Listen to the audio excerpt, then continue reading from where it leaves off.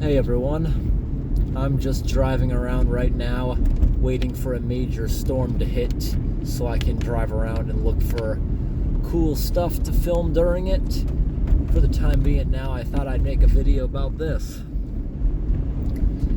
The couple bad experiences I've had out and about, because people asked me, how often do people mess with me for being out and doing these kind of weird things at weird hours like this, messing around with culverts and stuff? Well, I've never actually really had a bad experience as far as doing that stuff. I've only had positive experiences with the DOT, park rangers, fish and game officers, people like that. A couple police departments have been called on me by local residents because I was checking out their pipes, and police didn't have a problem with it. But some guy once was really freaked out that I was going in a culvert near his house, and I kept telling him I was just going in the culvert to inspect for a beaver dam that the DOT removed after I told him about it. He didn't believe me. He thought I was up to no good.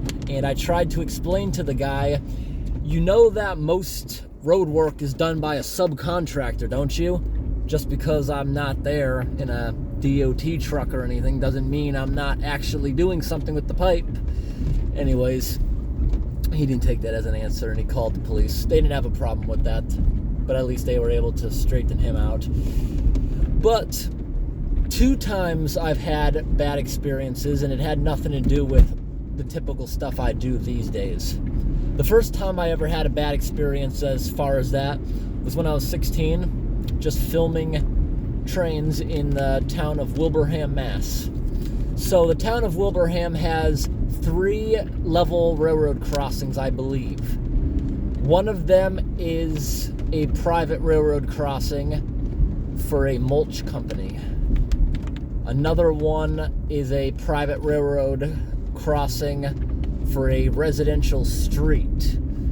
And one of them is a private railroad crossing for a sanitation plant, I believe. And I believe those are the only crossings in that town. No major roads. I was at the residential one, filming trains there when I was 16. A officer pulls up to ask me what I was doing. He actually took interest and thought it was cool what I was doing. There with my camera, I had a big digital camera at the time, and I was just set up there next to the railroad crossing waiting for trains to film. Anyways, that officer must have gone back to the police department and told people, probably just telling people what I was doing up there with no bad intentions.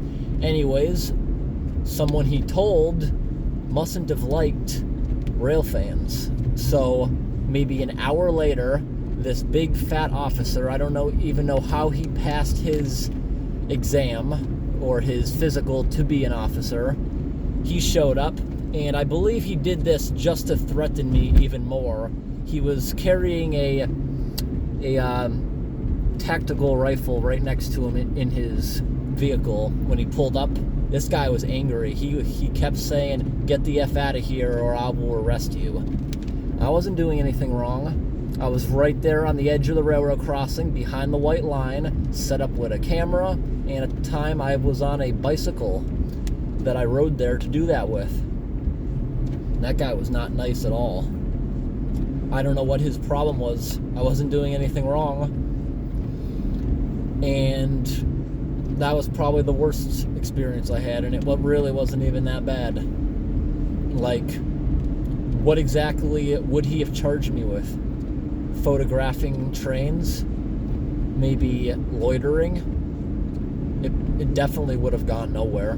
That's one thing I really regret not filming. I really wish I had that camera still rolling for that conversation. And another time, and this I must have been 19 or so, I was driving through the town of Longmeadow, Massachusetts, which is a richer town, and I was driving through at like 2 in the morning, probably one of the only cars on the road. A officer pulls up really close behind me, probably to read my license plate, And he probably sees that my license plate is registered in a not too good city, so he probably assumes I'm up to no good. So he stays behind me for a good 20 minutes, probably looking for an excuse to pull me over or whatever. Well, he never got the chance to pull me over, and he gave up following me once I hit the town line. He just tailed me until the end of it. Now, one thing that's completely unrelated and something that I really do regret filming, I was probably 15 I believe I was 17 because I was in 11th grade. We had a drunk school bus driver on January 2nd, and the day before was New Year's Day. That guy must have been partying and drinking, and he shouldn't have come in that day. But the thing that really bothers me is the drunk bus driver. I believe the district covered it up because we never saw that guy again, but it was also never spoken about. It was never on the news. I've looked it up. Nothing ever happened. I believe they just covered it up and put him on another route probably. Or maybe discreetly fired him. I don't know. But I really regret not filming that ride and not calling the police during that ride. So that day, the bus driver showed up to my school bus stop very late, maybe 20 minutes late, I should say. Then he, throughout that route, blew by multiple bus stops, leaving the kids there, not picking them up.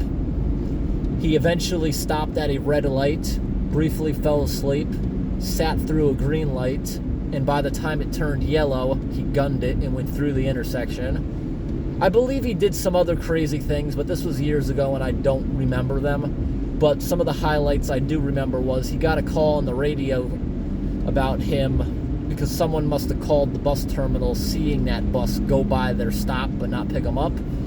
Anyways, they told him to turn around and go get it. So this idiot decides to do a 3-point turn in one of the busier city roads. It's one of those roads you have 2 lanes in each direction. With the turning lane, you can stop in the middle, making the 5th lane. He decided to do a 3-point turn in there, and for a good 30 seconds while blocking a few lanes, he kept revving the engine really hard. I'm assuming he was in neutral, not being able to figure out why the bus wasn't moving. Anyways, he went back to those bus stops, picked them up. He was not a good bus driver at all that day. Hit the curb a few times, and eventually, dropping us off at the school, he must have taken his foot off the brake. The bus rolled backwards about a foot or so while kids were getting off it. That could have gone pretty badly. Anyways, after that day, we never saw him again. Something pretty funny about a month prior to that was this guy always had a gigantic stainless steel coffee pot bungee cord right next to his driver's seat, and he must have used it to refill his coffee cup throughout the day. One day, this guy must have been pissed because he must have had to mop this up. It somehow fell over and dribbled all the way to the back of the bus, and the kid stepping in it tracked it through the bus, getting it off. That was kind of funny. We never saw that guy again. I really regret not filming that time too. Thanks for watching. Or I should say thanks for listening. There's not really much to watch. Just driving down the road in the rain.